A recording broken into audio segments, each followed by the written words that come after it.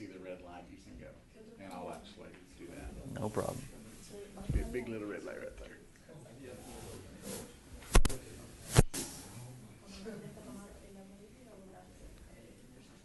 All right, guys, quiet on set. Quiet on set. Go up there.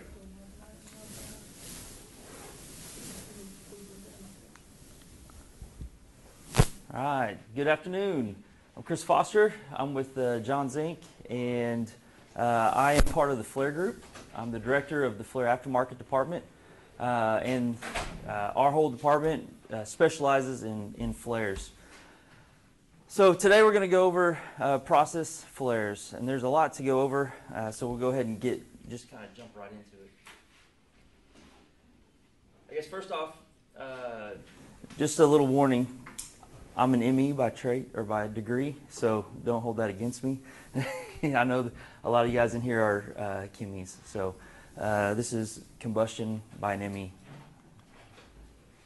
All right. So, flaring, how did it start?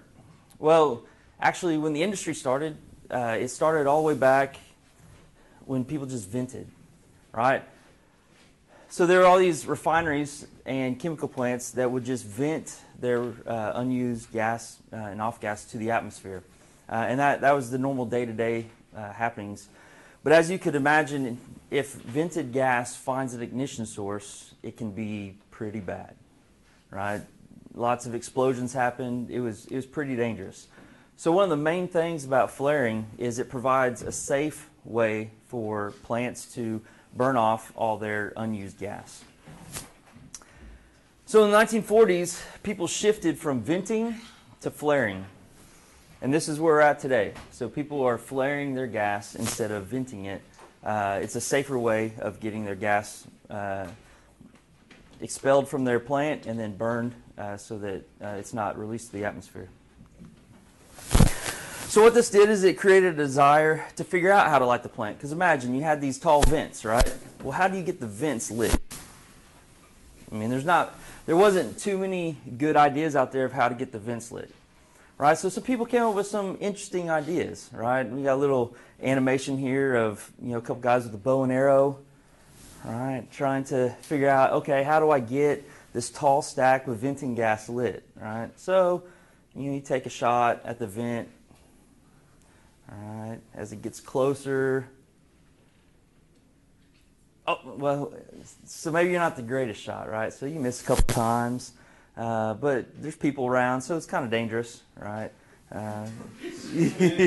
So, it's not really a very good idea, right? But yeah, you got to try again because you're still venting the gas, all right? So you try, oh, miss. Okay, well, people are walking around trying to figure out what's going on.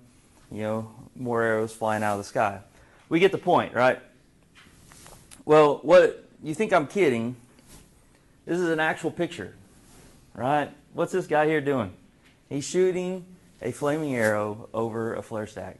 This is the way they used to do it, right? So in the 1940s, the industry came to John Zink to say, hey, you guys are doing burners in process units and you're lighting them using pilots.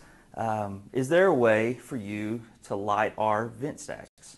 And that's when we came up with pilots on these vent stacks to help safely light these flares. So, a new dawn, right? The flaring industry has begun, and now I have a job. So,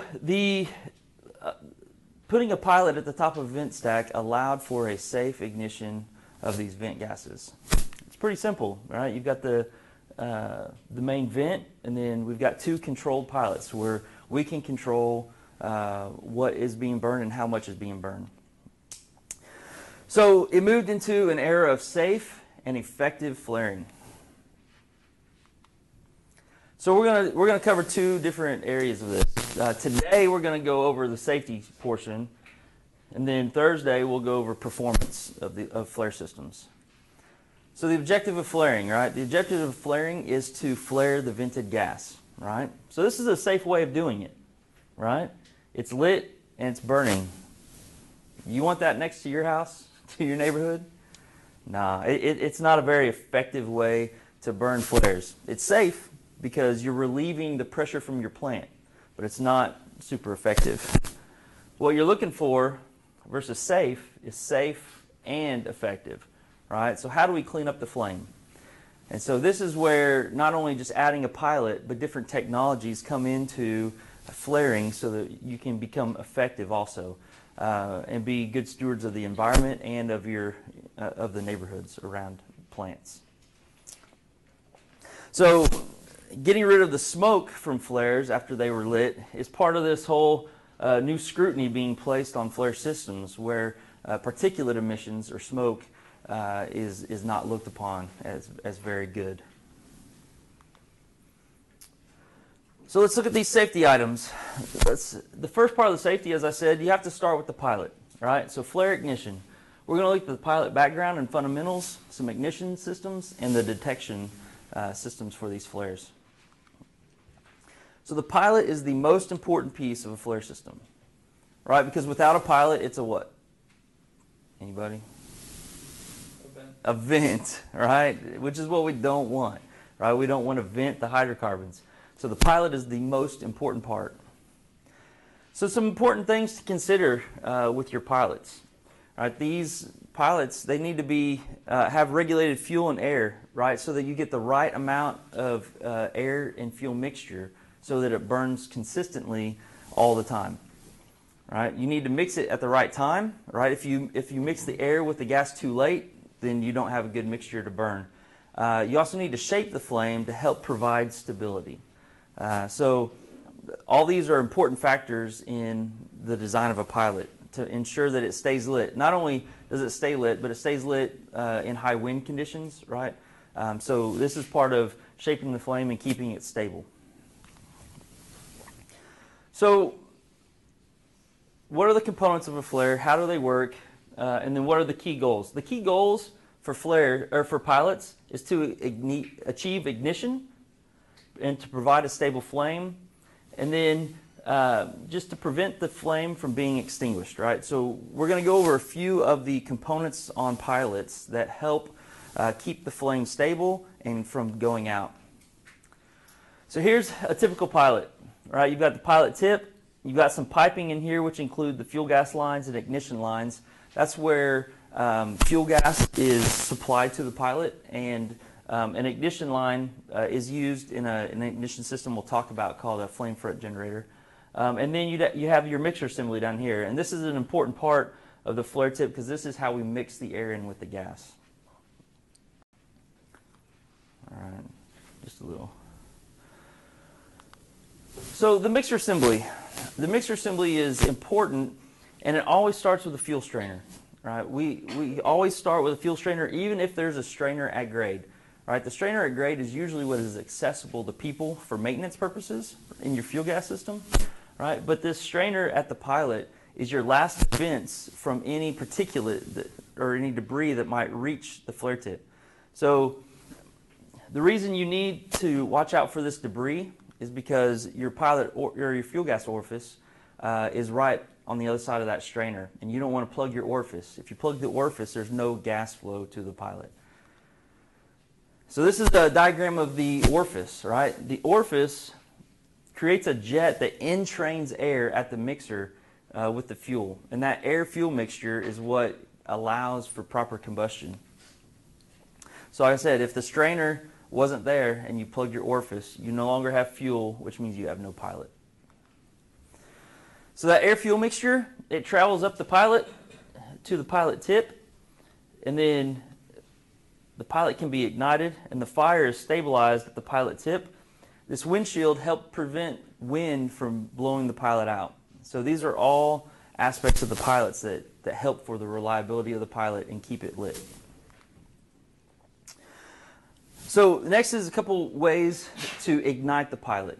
Right? So you have several basic ways. You've got a flame front generator and you got some spark ignitions. Right? You can either spark it through a slipstream, or you can spark directly into the pilot. So let's take a look at some of these. An FFG, so flame front generator is what FFG stands for. Simply what that is you're creating an air-gas mixture and running it to the tip. It's like a fuse, all right? Then we spark at the FFG chamber back here, and once you spark, that fuse is consumed, fireball goes all the way to the flare tip and lights the pilot. Flame fronts have been around for a long time. They're probably the oldest ignition, and just about every system out there has them at least as a manual backup, if not as the main source of ignition still. So if you look at a flame front, you've got an air line and then a needle valve to open and close it, because these don't run all the time. They're only used as needed for ignition. A pressure gauge and an orifice. Then you have a fuel line, again, a needle valve and a pressure gauge and an orifice. And these orifices are so you get a good air-to-fuel mixture in your line, create a nice fuse all the way to the pilot. You have a mixing tee where these two gases mix together. You have a spark plug and an ignition box, right? So this ignition box supplies power to the spark plug, creates the spark. There's a sight port so that you can see the spark, and then the fireball travels down the ignition line. So several components, but all this can be done at grade, and it's very reliable, right? If you get your air-fuel mixture correct, it creates a fuse every time. Another means of ignition is a spark ignition. So like I said, you've got a slipstream and you've got a direct spark. So if we look at the slipstream, what you've got is you've got an ignition rod. You can see this yellow piece here.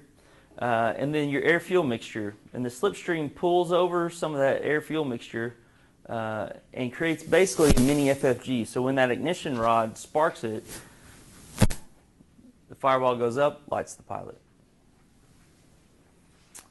The next means, right, is the direct spark. It's simply putting a heavy-duty spark plug right in the pilot tip. All right, so you can see it kind of right here in this picture. That is the spark plug sticking up in there. The unique feature with this is not only can you ignite it, but you can detect the pilot by sticking it straight in the stream with the same system. So these are ignition types. Speaking of detection, let's look at some of the detection methods for pilots, right? Because just having a pilot up there doesn't mean anything unless you know that it's on, right? So having reliability and knowing that the pilot is on is key. So some of the flame detection methods that we have, right? Why do we do it? One, is for safety. Two, it's the law, right? So in the U.S., there's, in 40 CFR 60.18, it says that the presence of a pilot flame shall be monitored using a thermocouple or any other equivalent device detected to detect the presence of flame, right? So it shall be monitored. So you have to do it because it's the law, right? You have to know that your pilots are on. So a pilot puts off several different indicators, right? And we can measure each and every one of them. So if we look at this, we've got heat, right? You just heard, that you can monitor it by thermocouple, right? So you've got the heat of the pilot. You've got ionized gas. Once that gas is burning, it's ionized. So like that flame rod that was stuck in the middle of the pilot, right? It looks at ionized gas. Light. So when you've got a pilot lit, it puts off a flame, right? So you can visibly see it, or you can see it with a camera. Now, it's a little hard because you get a good mixture and you can't really see it during the day, because most of the time pilots are lit with natural gas, right? So a clean burning natural gas flame, it's pretty hard to see during the daytime, but you can see it at night. And then sound. Pilots, they have a different combustion noise than, say, the main flame of the flare. So you can actually listen up the ignition line for the flare. So let's take a look at a couple of these. The thermocouple, right? The tried and true, been around forever, right? Everybody knows thermocouples measure temperature, right? And so if you stick a thermocouple up into a pilot, typically we put it inside a thermal well to protect it from overheating. Because usually up in here you're looking at 1200 degrees F, and usually we say the pilot's on at 300. Why? Because heat's heat, right? It doesn't matter if it's 700, 800, 900. If it's hot, it's on, and you know that. So you install the thermocouple in the thermal well. It helps extend the life, and I just noted we typically use a Type K thermocouple just for the temperature range. Now, the problem with thermocouples is they die, right? And so if a thermocouple dies, you have to wait till the plant's shut down to access the flare to change them out. So there's most people still use thermocouples because, one, it's in regulation, but two, it's tried and true. Everybody knows and understands a thermocouple. Another detractor from a thermocouple, thermocouples take a long time to heat up and cool down. All right? So if your pilot goes out, look at this.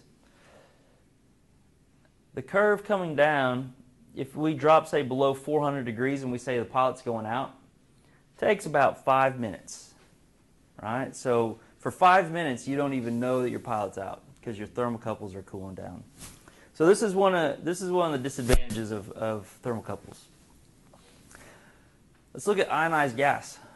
Right? So we call it flame ionization using a flame rod in that pilot. So here's a picture. That flame rod that can also ignite the pilot can be in there to detect the pilot, because when there's flame, there's ionized gas, and that ionized gas creates a current across the probe that sends a signal back saying, hey, flame on, right? I've got a pilot. So this is a way to get an instantaneous, near instantaneous signal that the pilot is on. So let's do a comparison of the two. All right, so here we've got a scenario, right? The pilot is lit. When the pilot is lit, the thermocouple starts to heat up, but within 10 seconds, the flame rod knows that the pilot's on. But it takes 90 seconds it takes a good 30 seconds or so for the thermocouple to say, hey, I've got some heat. All right, because remember, we're going to bring it on at a lower temperature here. So if 30 seconds versus 10, that's not so bad. Well, as the pilot is on, the thermocouple continues to heat up. Now we have an outage. The pilot goes out.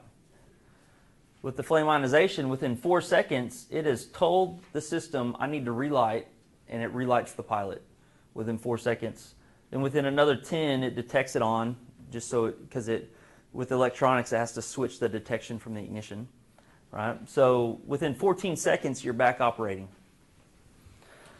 Pilot goes out with a thermocouple. All the way out here, I've got 5.5 minutes that I don't know if my pilot's out.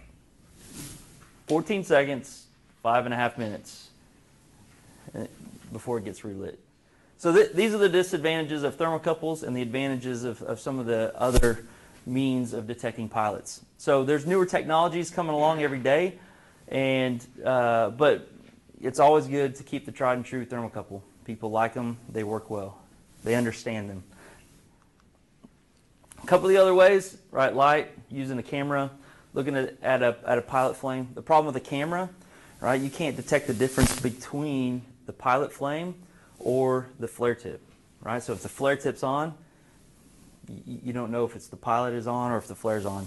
Now it's a good assumption if the flare's on, the pilot was on, but you can't really get there. Now there's newer technologies coming out with cameras every day too. I mean, technology is increasing every day. Nothing's quite proven yet, but people are getting closer and closer to getting cameras that can detect individual pilots, even with flame. So it's coming. We call this soundproof, right? Listening to the audible sound of the pilot. It uses a microphone at grade. So that's another benefit of this one, is everything is accessible at grade.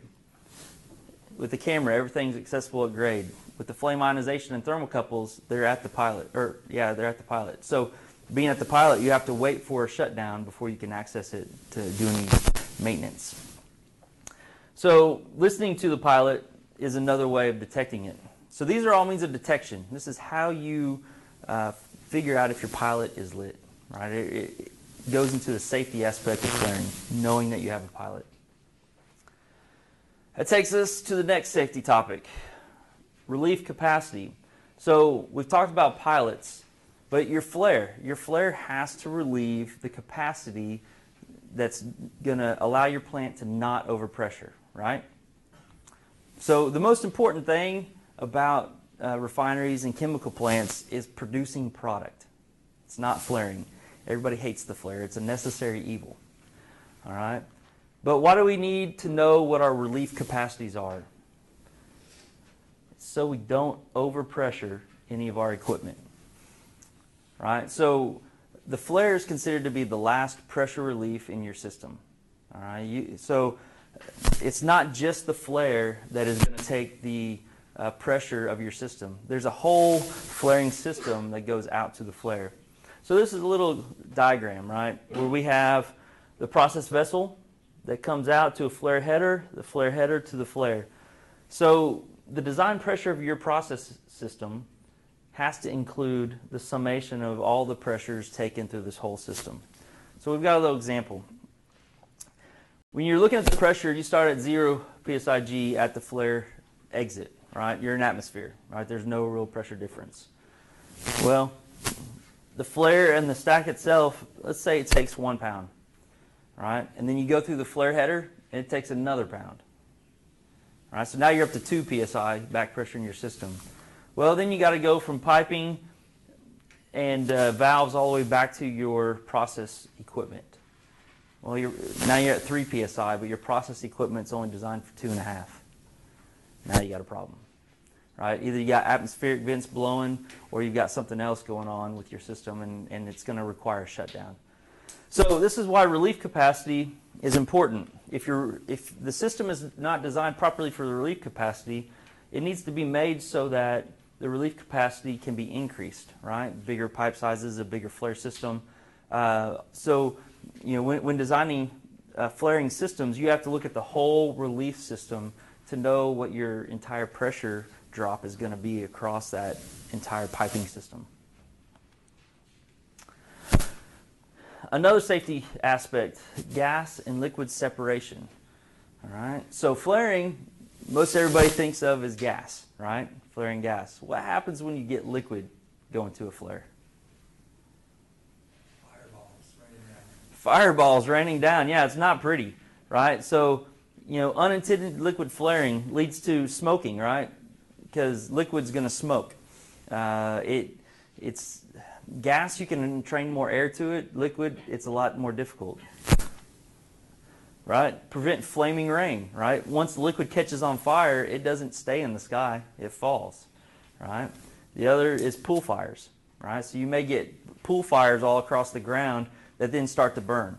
When you get that pool fire, that's a dangerous scenario. This happens to be out in the ocean, so it's not as bad, right? But that can happen on land too, which is not a good thing.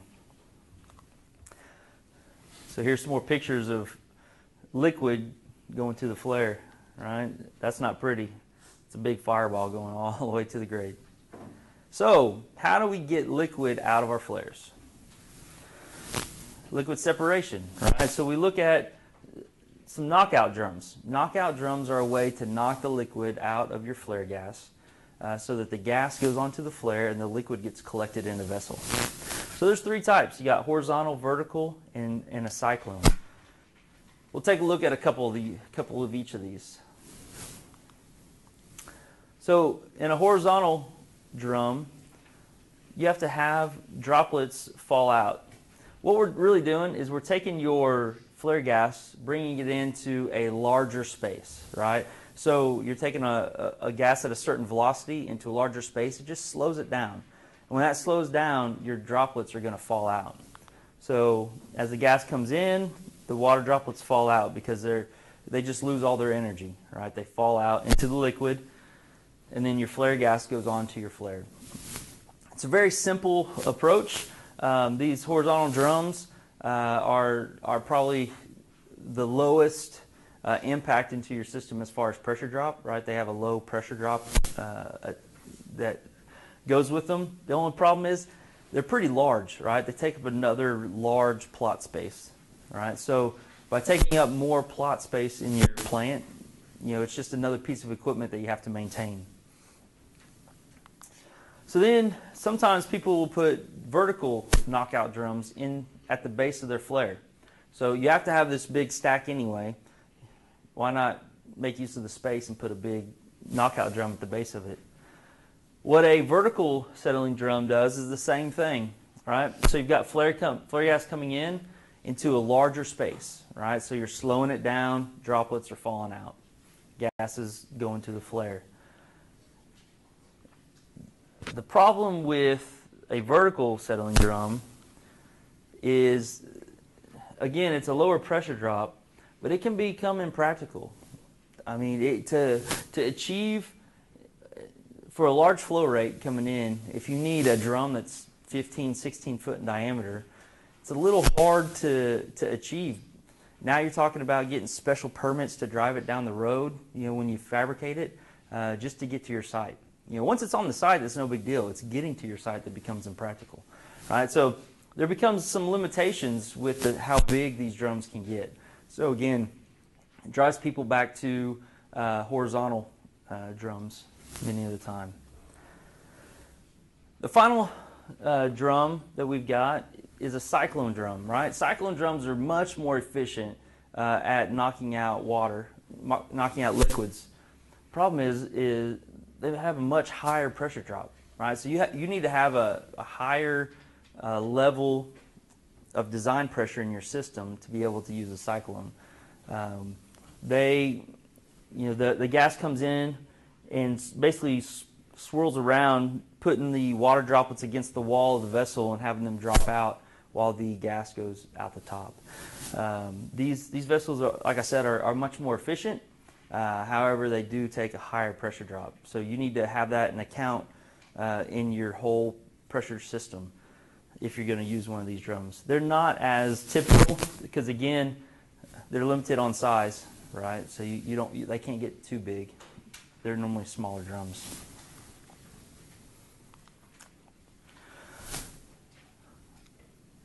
So just a quick summary of the different drums for knocking out liquid. Right, so horizontal settling drums, you have to have time, right? So it's really just a space thing. The time for the gas flow to come through, slow down, and let the water droplets fall out. The vertical settling drum, same thing. You got to have the time for the droplets to settle out before the gas goes up to the flare. And then the cyclone, you just need to have a higher pressure drop if you're going to think about using one of those. Yeah, question? What do you do if you knock out a drum floats up? Yeah, so good question. So let's go back. Typically, all your knockout drums have liquid level control on them, right? And so this is something that is always monitored. So you'll have pumps typically hooked up to this liquid out, so you can pump out your liquid level to keep the liquid at a low level. What do you do with still waste stuff? Well, yeah. So typically, it's pumped out and it's taken to through a treatment site. It's not just it just doesn't go to grade because it's contaminated with hydrocarbon, right? So it's got to go back into a treatment before it can be disposed of. So all that will be pumped through. Yeah. Do the different states have different regulations on like how the water, basically just how the water needs to be removed from treatment? Yeah, I know. There are different regulations per each state. Texas, Louisiana, they get pretty strict. California is really strict.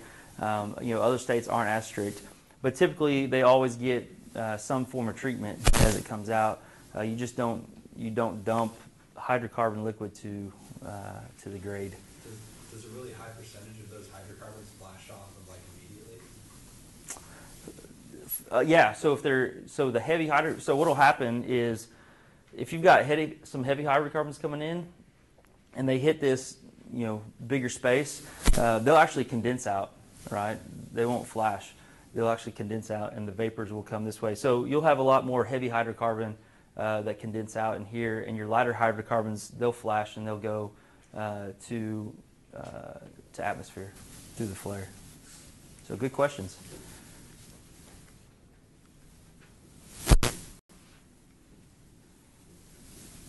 All right.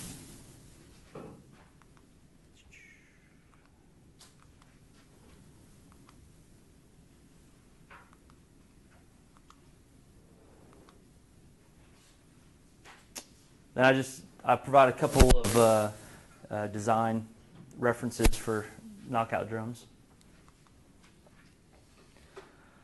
Thermal radiation. So one of my colleagues, Jeff White, I believe he came several weeks ago and covered some topics on radiation. So we're just going to hit some of the main topics as far as safety goes with flares. So what is it, right? If you remember, radiation is just the heat from the flare, right? It's a heat flux on a given surface area. And so these radiation, right, this is visible. How much of the flare, do you remember, was not visible? Did he go over that with you guys? I don't remember. 90%? Yeah, I mean it's probably a third, 2/3 really of it's mostly IR versus visible radiation. So just because you can't see it doesn't mean it's not harming you, right? So why do we care about it? Because it can hurt people, right? Radiation can hurt people. It can burn you really bad. When you guys went out to the test facility, you saw some of the flares lined up. Typically, when we do a flare school and we bring people out, and we'll fire off some of those burners, and we'll mark out on the ground what the different radiation levels are. Right, 500, 1500, 2000, 2500, and we'll say, hey, anybody brave enough to stand at 500, or at 1500. OSHA says you can set 1500 for an 8-hour work period, right? There's always a couple of people that volunteer. They'll walk up close. As soon as those flares go off, boom, they're gone, right? They're running back to the 500 where everybody else is staying. So radiation will hurt people. That's why we care about it. And so when we're designing flares, certain regulations will say certain radiation levels are permissible. But you also have to think about your people and who might be working in those areas and what the frequency of their work might be. Because as you can see, API calls out some different criteria here. 500 is a person that can be fully clothed and continuously working. And then you have certain time segments for the higher radiation levels. So radiation, we have to really take into account from a flare design standpoint what a safe level of radiation is. And many times that's determined by end users, but we also try to have some input with them so that they are taking a look at their whole system, right? Not just the flare itself, but what is around the flare to make sure they're not going to have personnel working in the area. So how do we provide our information? Typically, we provide these radiation isoplots, right? And the way they're read, it can be one of two ways. Is if this is grade and this is the flare tip, then these are the different radiation levels. Well, a more practical way of looking at it is if you're this guy working and you're 160 feet from the flare, you're going to be seeing 600 BTU. That doesn't mean you want to work there for very long, right? And so it lets you know what your safe working distances are away from the flare based off the radiation level. So you can create these different radiation curves based off of different models. Jeff probably shared this with you, but there are many references for radiation models. Right? I don't have the chart in here, but he showed a chart that showed predictions of radiation that were just all over the place. There were none that were even close to each other. So it's really kind of a black science for radiation. I mean, you can take radiometers out and actually take physical measurements to figure out what your radiation is, but that is not a very practical way because that's after the fact, right? So we've done that quite often in our test facility and helped produce some models that can predict the radiation from flares very, very closely. So there's different models, and these different models of radiation give you different results, really. API is a single point type model, right? They'll take a single point from the flame and calculate the radiation based on that single point. We use a 3-point model and assign some different weights to the different flame, right? It's not as brilliant as it is here or there, so 2/3 of it gets a higher weight than the other. Then you have these full solid body type models, just different approaches to getting your radiation analysis done. Typically, people go to a flare vendor to get those radiation values because, as you saw with Jeff, you can calculate it umpteen different ways. I mean, it's and it's different between all the ways. So if one person within your organization calculates it using one method and somebody else uses a different method, they're going to get different results. So that's why it's usually good to get a consistent result. So the final topic on safety is flashback prevention. So with flashback prevention, what we're trying to do is what? Keep that fire that we just made from coming all the way back and into your plant, right? A flashback going back to your plant creates a boom, and then that's the same scenario as it was when we were venting before, right? So how do we prevent that flashback from happening? The most common way is header purge, right? So to purge your header, keep a positive gas flow going all the way out to the tip. That way there's always gas burning at the tip and it's not coming back down. Velocity seal, all right? So we'll talk about these velocity seals and buoyancy seals. They're a way to reduce the amount of header purge you need going to your flare to prevent this flashback from happening. And then a liquid seal. We'll talk about liquid seals and the benefit that they provide putting a back pressure on your system. So purge. Purge gas is typically calculated using what we call the HUSA method, right? HUSA did some studies to figure flame speeds and how to prevent flashback. And what he really looked at is he looked at what it would take to void the stack of at least 6% O2 25 foot from the tip.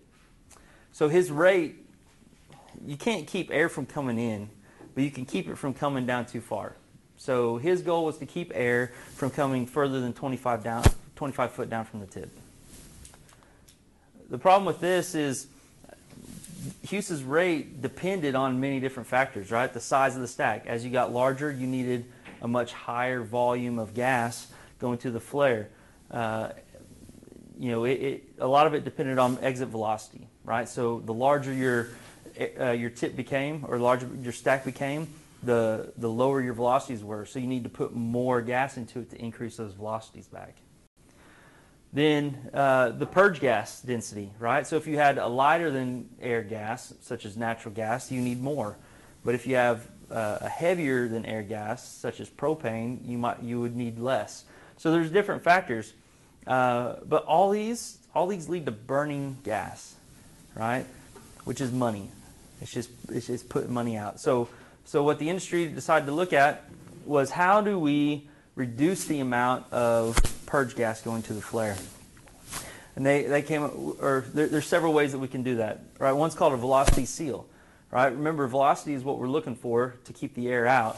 So with a velocity seal, basically you just neck down, right? So you put a constriction into your flare stack that is going to speed up the gas going through and also kind of block and turn the air back up to your flare, right? And keep it from coming down. So it's a way to reduce the amount of purge. However, it introduces pressure drop into your system. So now you've created a means to help reduce your purge, but you've increased your back pressure. So there's gives and takes in the whole design. The other means is a buoyancy seal, right? A buoyancy seal is a tortuous path for the gas, right? So it's got two turns in it to get the gas or the purge gas out to the tip, and it prevents the air from coming any further than this because the whole area is full of that gas. Now, it also increases the pressure drop of your system, but it's much less, or it's actually more, right? So a velocity seal is less than a buoyancy seal because you need more back pressure to push all this gas through that tortuous curve. A buoyancy seal, though, can be found commonly every day, right, in your sinks or your toilets, right? Your P-traps are basically a buoyancy seal, all right? So you've got your water, or, in a flare situation, gas. that is preventing this sewer gas from coming back and into the system, right, or into your house so it doesn't smell. If that P-trap, if that water's gone, then it starts to smell like sewer in your house, and that's no good. So it works as the same way. The final is the liquid seal. So a liquid seal, what it does is it actually puts or allows you to put a back pressure on your system by putting your purge gas into your header. It has to overcome the pressure or the water head of this liquid before it can go to your gas, or before it can go to the flare. So you've got the gas come, you have to have a flaring relief to pressure up and relieve that gas going to your flare before it breaks through that water seal. Right? So with the water being there, if air is coming through here, it can't get past the water, right? The air, atmospheric air, it can't push the water out of the way. So a liquid seal prevents the air from coming back to your back into your system, and the gas needs pressure to push through that water.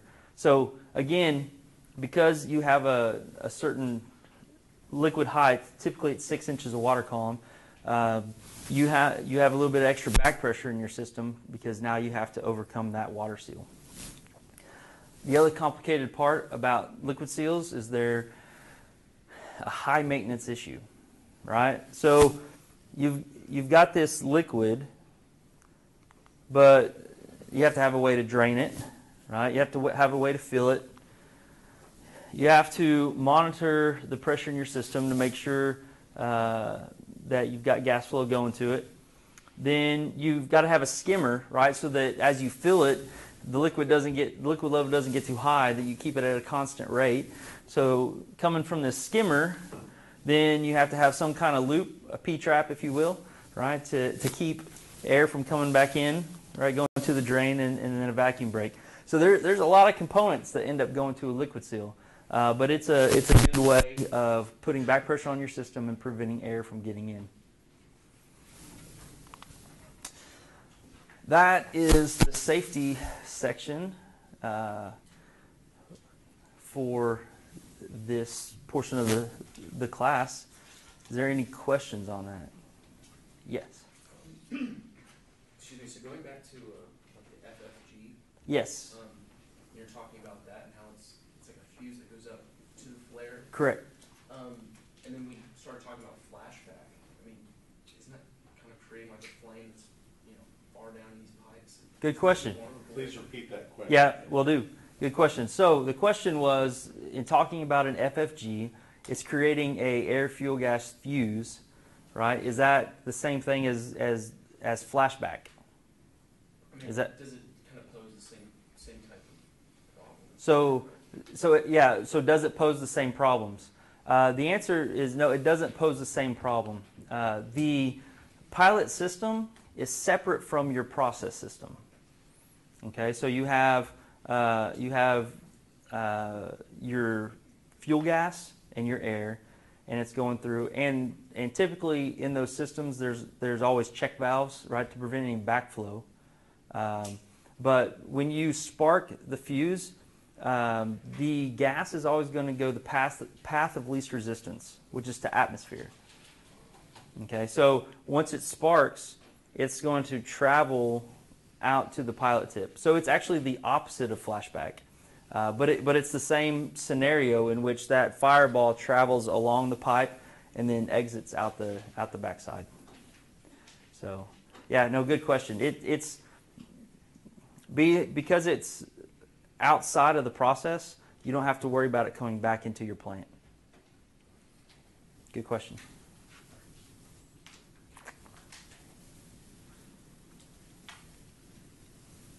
Any other questions? Yeah. I had a question about this is back again towards the pilot stuff. So with your ionized gas Yes. sensors, does that work as a function of ionized gas? Does it measure ionized gases, or is it a velocity thing? Like, is there a huge increase of velocity of gas once combustion? Good question. So the question was, does the flame ionization, does it detect ionized gas, or is it a function of velocity of more gas passing by it?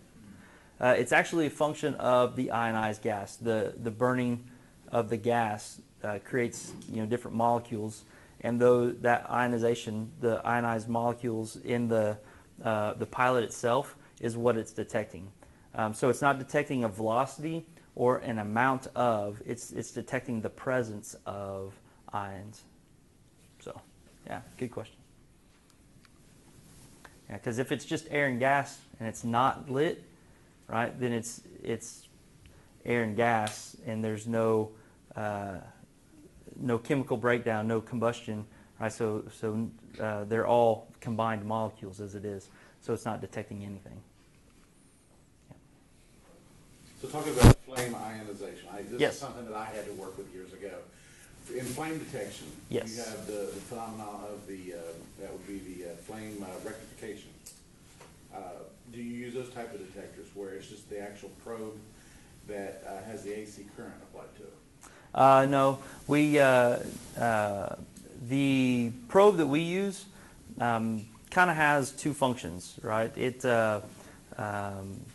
has kind of a tip to it that detects the ions, right? So it's like a flame rod, right? So it's like a flame rod that you put in there, but we have electronics back at grade that switch between providing a current to it or voltage so that it sparks, and between detecting that milliamp signal. So does that create a redundant system of not just having just the flame rod itself? Yes, yeah. So what that does, really what allows the flame rod to do that is the electronics that we have that switch between the two and use the same probe for two different purposes. Yeah, no. Let's do that. Yeah. A lot of times flame rods are on their own, and then there's another ignition source. But we kind of switch between the two. So if you remember the chart that showed its ignition and then its detection, that's why there was a 4 seconds ignition and a 10-second detection. It took some time to get there. Good questions.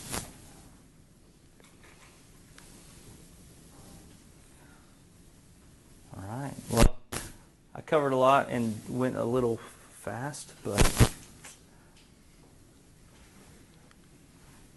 is there anything else you would like me to go over today, or no?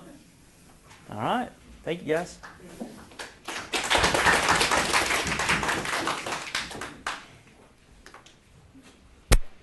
Al-Balushi. Al-Tuki. Arain.